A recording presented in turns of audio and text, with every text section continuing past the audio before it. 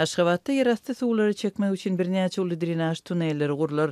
Türkmenistanyň habar beriş serişdelerinde olaryň 2030-njy ýyla çenli Aşgabatyň eteginde peýda boljakdygy aýdyldy. Soňky ýyllarda yerasty suwlary meselesi milliardlarça dollarlyk ýetgalaryň käbiriniň gurulmagyna, beýlekleriň işlemegine pätgelçilik döredipdi. Öňümüzdäki ýyllarda Aşgabatyň eteginde we töwereginde zeý suwlaryny aktyrmak üçin 3 sany uly yerasty kollektoryň guruluşyna başlandy diýip Türkmen medeniýeti paýtaxt administrasiýasynyň baş inženeri Arslan Amangeldiýew salgylanyp habar berdi.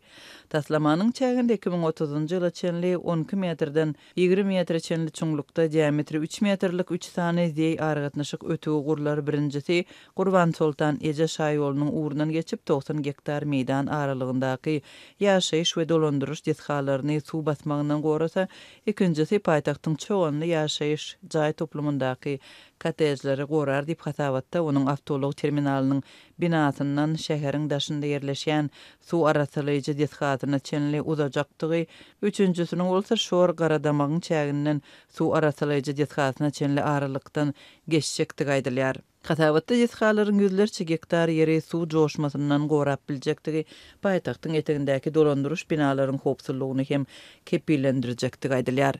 Planlaşdyrylan zeýkeş ýetgalaryň belli bir guruluşyk proýektiniň gurmuşa geçirilmegi bilen baglanyşygy hasabatda görkezilmeýär. Emma soňky ýyllarda yerasty suwlary guratmak meselesi hususan Aşgabat City şäherçesiniň guruluşy bilen baglanyşykly gozgalypdy. 2020-nji ýylda başlanan proýekt bir ýyldan hünärmenleriň topragyň durnuksuzlygy problemasyna ünsü çekenden soň toktapdy. Şol wagt prezident bolan Gurbanguly Berdimuhammedow täze şäher üçin taýlanan ýerde inženerlik hem gözleg işlerini geçirmegi we durnuksuz topragy berkitmek üçin zerur çäreleri görmegi buýrupdy.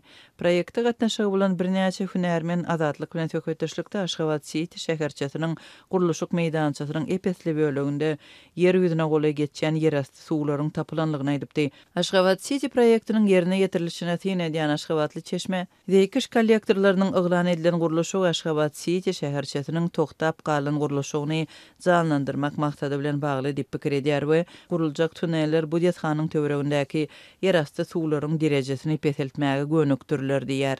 Görnüşinden häkimetler yerasty suwlaryň derejesini peseltmezden guruluşyň mümkin däldigine düşündiler. Ýöne guruljak tunelleriň ähli taslamanyň bahasyny näçerek ýokarlandyrjakdygyny çak etmek kyn diýip anonim guruluşan çeşme aýtdy. Hünärmenler Aşgabatdaky we onuň töweregindäki toprak gaýratynlyklarynyň soňky ýyllarda Aşgabatda gurulan uly ýetgalaryň birnäçesine howp awandyranlygyny bellediler. Hususan 2017-nji ýylyň ýanwar aýynda yerasty suwlar sebäpli Aşgabatyň halkara howa menziliniň binasy çöküp başlapdy.